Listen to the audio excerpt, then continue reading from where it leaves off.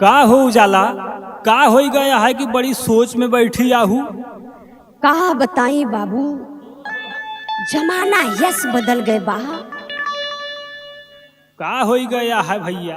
दुआरा पे बैठा ससुर जी अलगे टाय टाय करता है। हाय हाय हाय हाय। बूढ़ा अलगे घर में घिसरी खाता ही, और घर में बहुरिया का हो गए हो। अलगे रेले जाता है। आई देखा जमाना बदल गया है भैया। हाँ हो, सुना सुनावा। करे जा पेट बाबाई,